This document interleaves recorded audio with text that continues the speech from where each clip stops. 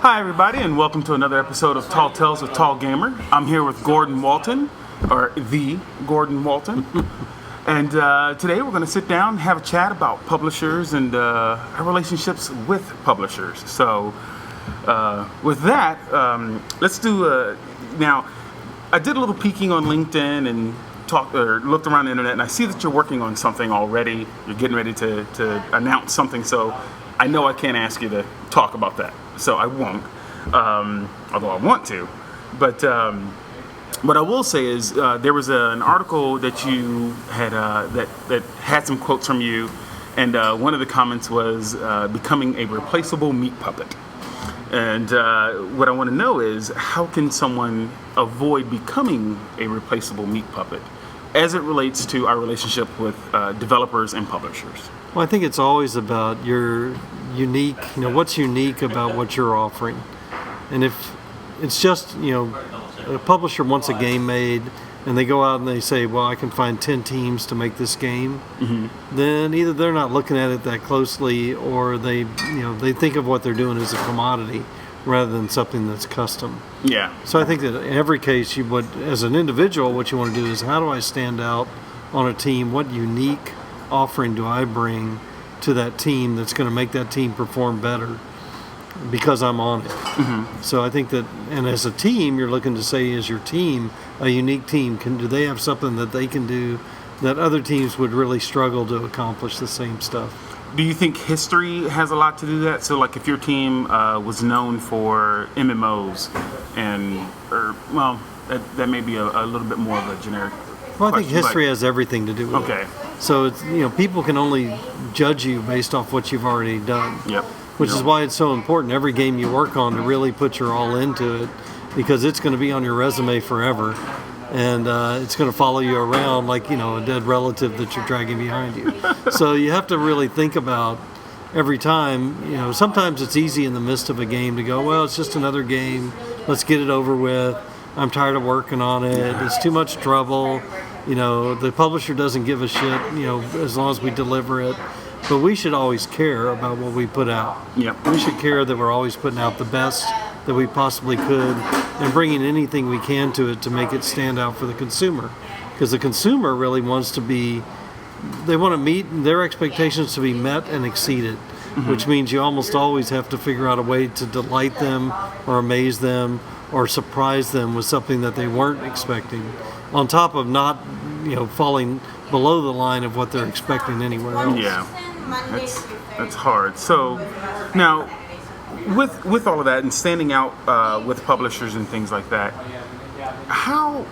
so anybody who's spent any time in the industry knows that there's this tension, shall we say, building between publishers and creators or developers or designers. Is there a way, or do you see a way that we can better this relationship, or is that doable? Well, I think that, here's the challenge that I see about all developer-publisher relationships, and it's really about goal alignment. So developers may or may not have the same goals as the publisher, and quite often don't. So the publisher may have the goal, I want to get this done, and I want to capture 100% of the value, which leaves 0% of the value for the developer. Yeah. Right? So that's one challenge, is the business challenges. The other are the creative challenges. So a lot of developers are very creatively driven. They want to do something cool, right? They want to do something awesome. I've rarely met a team, like almost never met a team that started out a game going, yeah, let's do the crappiest, least job we could possibly do to get this thing over with. No team that I've ever seen really starts out that way. Every team starts out, how can we make something great? And again, the publisher may not be aligned with great. They want the great results, but they may not want the great product, and they may not be correlating the results to the quality of the product either. In some cases. Do you feel that with the advent of Kickstarter and Indiegogo and things like that, do you think that publishers are saying, hey, maybe I should try to align those goals more with my development teams, or maybe I should care more, or because there's this threat? Well, I think, like any industry, as the publishers get more fluent, just like as the developers get more fluent, they discover, there's some things that work better than others. We should be doing the things that work better. rather than the operations or the processes that don't work as well. I think all the crowdfunding stuff puts the developer closer to the customer, which is a good thing, but it's also challenging because it's hard to get enough money to make real large AAA games off of a crowdfunding thing. It's great for smaller games where you have a defined audience. And most of the really successful crowdfunding are coming from nostalgia plays. Yeah. At some level, where there's a big pre-existing audience, a small fraction of that audience really still wants those kind of games, can't get them, and so the developer comes back and says, "Hey, I'm going to make a game just like the thing that you really loved, only it's different, but it's not. They're not bringing it on Xbox at the top level of production values, right? They're bringing it back on a platform where they can execute it more easily and cheaply in the big scheme of things. And so those plays are working with crowdfunding. I think crowdfunding's great. I think it's a great pre-sell way to get customers to say, look, I'm making something and you're going to get in early on it and, you're going to get to pre-buy it before it comes out. I think that's a great way to use it. And also for really, really experimental things that aren't too expensive is another great way to do it. And that's something that a publisher wouldn't touch anyway if it's too out of the norm. And well, with a few exceptions, almost nothing that's being kickstarted is stuff that a publisher would touch. There are some exceptions. I'm pretty sure like Chris Roberts is going to end up with a publisher even though he did a Kickstarter. But he's building a much bigger game than most Kickstarter games. Yeah, yep. So now, and then the other question that I have is, so how long have you been doing games? How long have you been? This year? 36 years.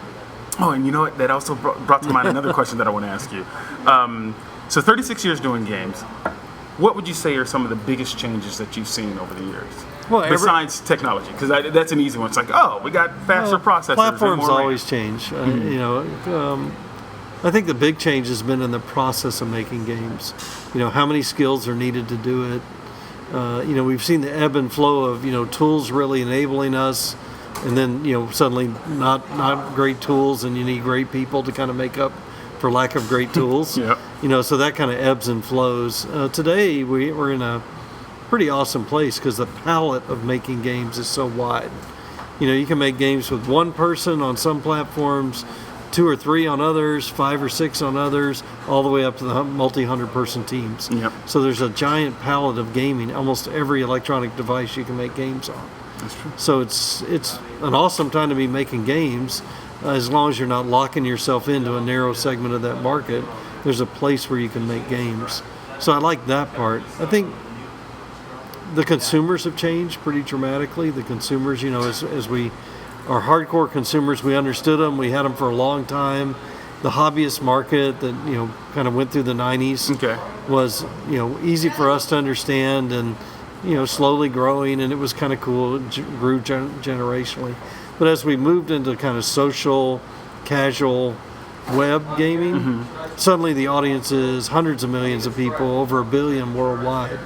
So the width of that audience and their diverse kind of desires, because most of them don't even identify as gamers, even though they play games all the time, right? So that now suddenly you have to, as a developer, you've got to figure out, okay, which audience segment am I going to actually concentrate on?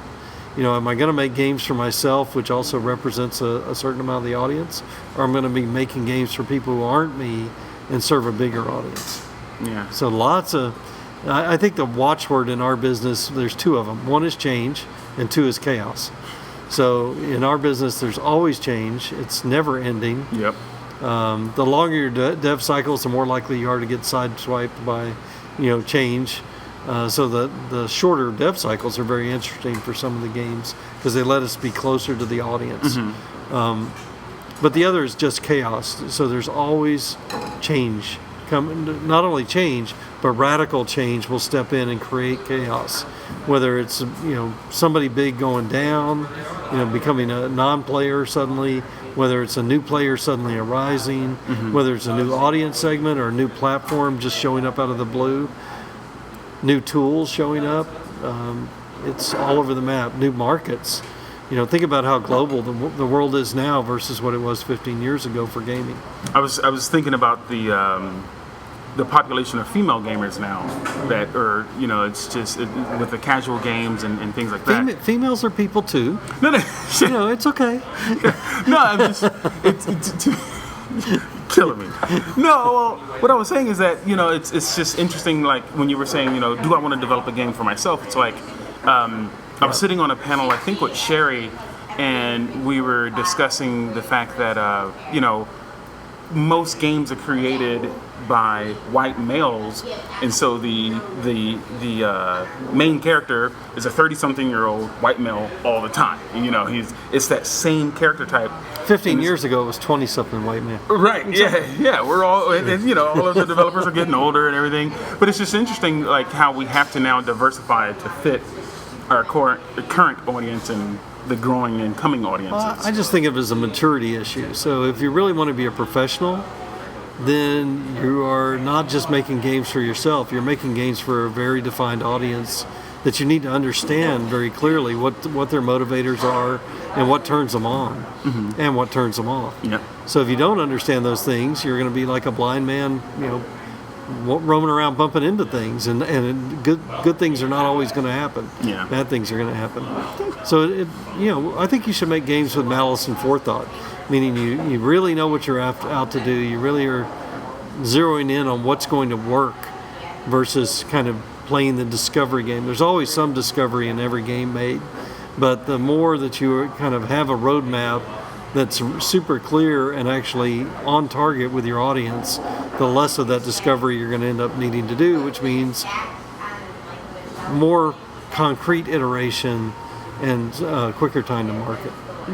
Right on. Now, there's one final thing that's on my mind that I wanted to ask you about, and it's a particular record that you hold with GDC. So you are, from what I understand, and I might be wrong about this, but you've attended every GDC except for one? No, I've attended them all. You've attended, and there's only one other person. One other person, yeah. Tim Bringle is the other guy who's been to every GDC. But there were only like 30 of us at the first one, so it was a pretty small set. Right. It's just a bunch of guys hanging out. It's like, oh, we make games. Well, there were 3 women, but yeah, it was mostly a bunch of guys. Right on. But it's been so if you can't be good, you just need to show up. That's what I'm thinking. So and be really persistent. Are there any other conferences on your radar?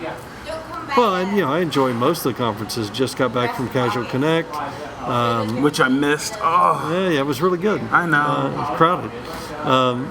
I think that conferences are a great place to learn about the business. So I enjoy going to sessions as much as I enjoy the interaction with my peers and the networking that always goes on at those conferences. Networking. He means partying. And, yeah. Well, I'm pretty old. I don't do the partying thing, but yeah, I do talk to people. But I think that learning from your peers is really, really important if you want to not do it the hard way. So I've learned lots of stuff the hard way, and I like learning things easier rather than hard when I can pull it off. I'm still learning plenty of things the hard way, unfortunately. Yeah, that's a part of the process. Are you headed out to Captivate? Oh, of course. Well, I don't have to head out. It's right here in Austin. That's true. Which is great. Yeah, we've just finished putting together. I think we're about 95% finished with all the talks that are going to be at Captivate. Are you speaking? Yeah, I think I have to. They drafted me, but I've actually worked on trying to get speakers here for the game side. So we have lots of great talks lined up for Captivate, which is going to be awesome. Awesome, right on. Trying to keep Austin's gaming cluster going. Yeah, it is quite amazing. What are we at? Like 70 or so companies? That was the last one. Oh no, we're over 100 companies. Really? Oh yeah, we're over 100 companies here. If you want to make games, come to Austin. That's what that is. Yep, we are. Quite a bit of activity going on here, and really across the entire gamut of gaming, which is neat. And we have a lot more startup activity around in the mobile area than we did 5 years ago, which is awesome. Yeah. So there's lots of opportunities to make games here, and a big indie community too. People aren't doing games just strictly for commercial, but are actually doing games to express themselves is going on here in a big way too. Yep, I got one of the other indies, Robin Arnott, with Sound Self. I have him lined up to speak here as well. So Awesome. yeah, he's a good guy. I like that guy.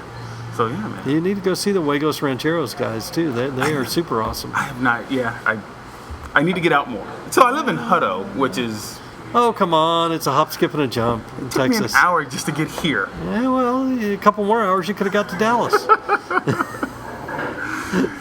Well, cool, Gordon. I appreciate your time so much. Is there anywhere we can go to find out more about you? Or Absolutely not. No, I think, you know, you're not a big fan of the Twitter? I'm on Twitter. I'm on all that stuff, but you know, and I'm accessible if people want to talk to me. I pretty much don't ignore anybody except for maybe obnoxious recruiters.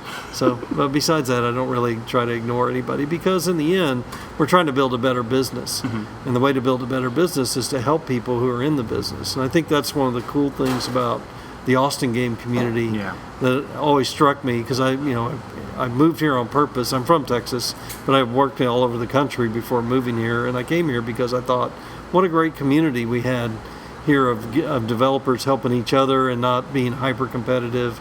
You know, the businesses are competitive, but the individual developers all help each other, which is kind of cool.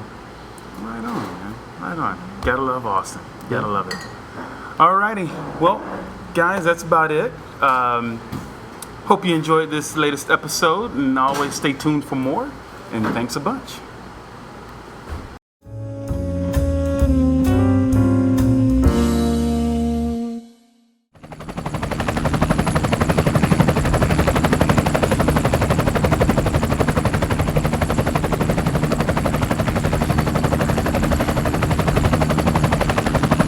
Please support Operation Supply Drop.